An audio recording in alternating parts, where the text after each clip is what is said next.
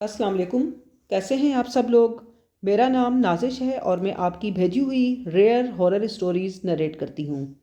अगर आप लोग भी मुझसे अपनी रेयर हॉरर स्टोरी शेयर करना चाहते हैं तो डिस्क्रिप्शन में मेरा एक व्हाट्सएप नंबर है, वहाँ पर आप अपनी स्टोरी लिखकर या वॉइस मैसेज के ज़रिए शेयर कर सकते हैं, तो मैं आपकी स्टोरी सिलेक्ट करके नरेट कर दूँगी। आज की स्टोरी बहुत खौफनाक है। अगर आपने घर के सारे काम कंप्लीट कर लिए हैं तो ये स्टोरी सुनें।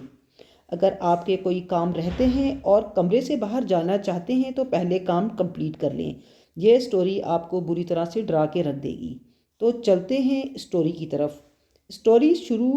स्टोरी सुनने से पहले आयतुल कुर्सी पढ़कर अपने ऊपर फूंक लें और आसपास हसार बांध लें, क्योंकि सुना है जब हम इन मखलूक़ात का जिक्र कर रहे होते हैं तो ये बड़े इंटरेस्ट से हमारे करीब आ जाते हैं और अपना जिक्र सुनते हैं। तो चलते हैं आज की स्टोरी की तरफ। ये स्टोरी हमें किरण ने भेजी है इस्लामाबाद से, तो चलें इन्हीं की ज़बानी हम सुनते हैं। हमारा गांव टप्याली, जहां चारों तरफ सरसब्ज पहाड़, उन पर झूमते चीड़ के दरख्त और ठंडी हवा का ऐसा सुकून है कि देखने वाले को ये जगह कश्मीर लगती है। लेकिन इस खूबसूरती के बीच एक ऐसा पुराना टूटा फूटा घर भी है जिसके बारे में गांव वाले खुलकर बात करना पसंद नहीं करते। ये घर उस ज़माने का है जब यहाँ एक ख़ानदान रहता था जो अचानक सिंध शिफ्ट हो गया। उनके जाने के बाद ये घर सुनसान, खामोश और खौफनाक होता चला गया। जब मैं इस घर में दाखिल हुई तो दरवाज़ा खुद ही चिड़चिड़ाता हुआ खुल गया, जैसे बहुत दिनों बाद किसी ने इसे हाथ लगाया हो। फिर अब अंदर दाखिल हुए। अंदर की फ़िज़ा बेहद ठंडी और भारी थी, ऐसी ठंड जो आम मौसम में महसूस नहीं होती।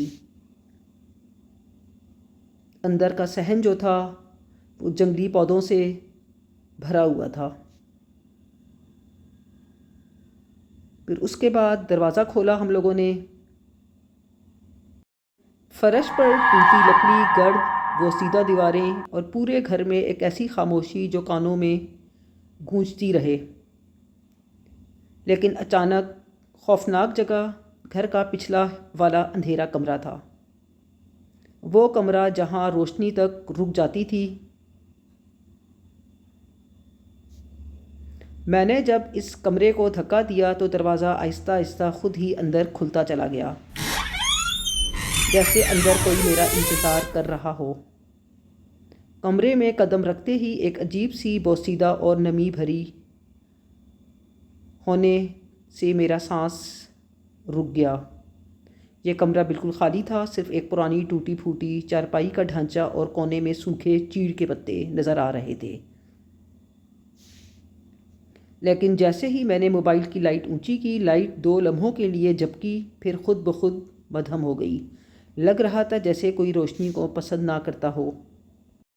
मैं अभी कमरे का जायज़ा ले ही रही थी कि पीछे से थप थप करते नंगे पाँव चलने की आवाज़ आई। ऐसी आवाज़ जो सुनकर रोंगटे खड़े हो जाएं।